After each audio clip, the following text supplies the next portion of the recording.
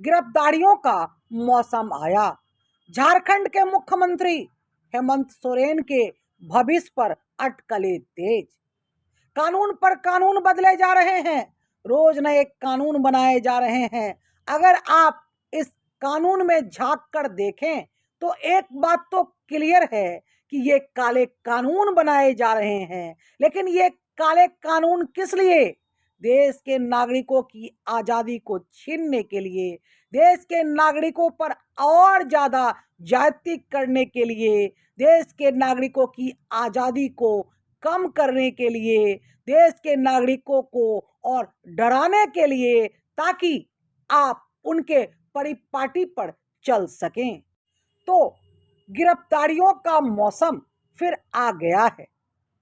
अगला नंबर झारखंड के मुख्यमंत्री हेमंत सोरेन का है। उसके बाद दिल्ली के मुख्यमंत्री अरविंद केजरीवाल का है और उसके बाद बिहार के उप मुख्यमंत्री तेजस्वी यादव का है।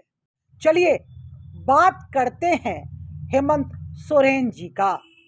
ईडी का 7वां सम्मन आने के बाद हेमंत सोरेन जी को यह एहसास हो चला है कि अब उनकी गिरफ्तारी तय है। डॉक्टर सरफराज अहमद के इस्तीफे से ये बातें साफ होती जा रही हैं।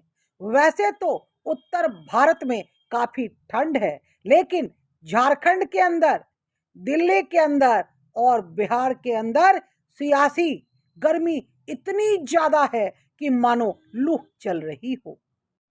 हेमंत सोरेन सोच रहे हैं कि कैसे कोई वैकल्पिक उपाय किया जाए।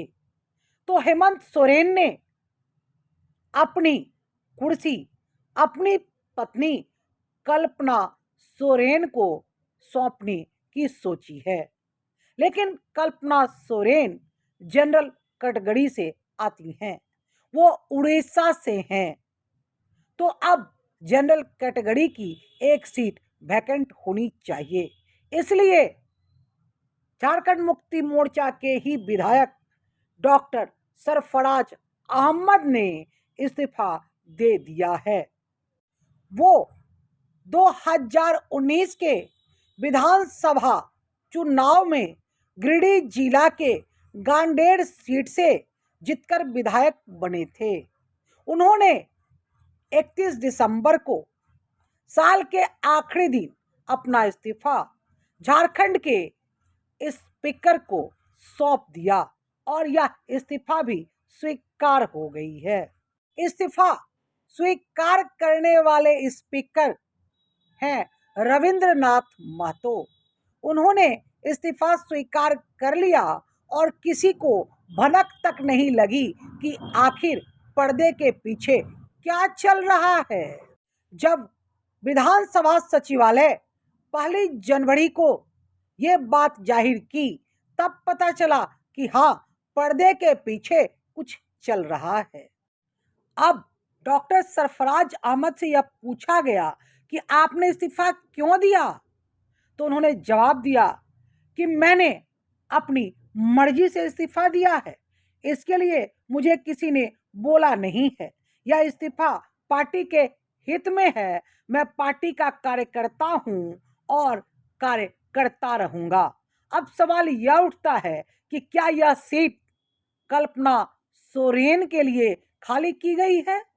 झारखंड मुक्ति मोर्चा ने इस पर कोई औपचारिक सूचना नहीं दी है, लेकिन हेमंत सोरेन जी को यह आभास हो गया है कि उनकी गिरफ्तारी अवश्य होगी और झारखंड का अगला मुख्यमंत्री कल्पना सोरेन होंगी, यह तो तय हो गया है। अब झारखंड का लगभग 1 साल कार्यकाल बचा है, लेकिन जब सरकार बदलेगी तब भाजपा के भी एक एक नेता इसी तरह जेल में होंगे और हर नेता के घर पर ईडी और सीबीआई के छापे पड़ेंगे।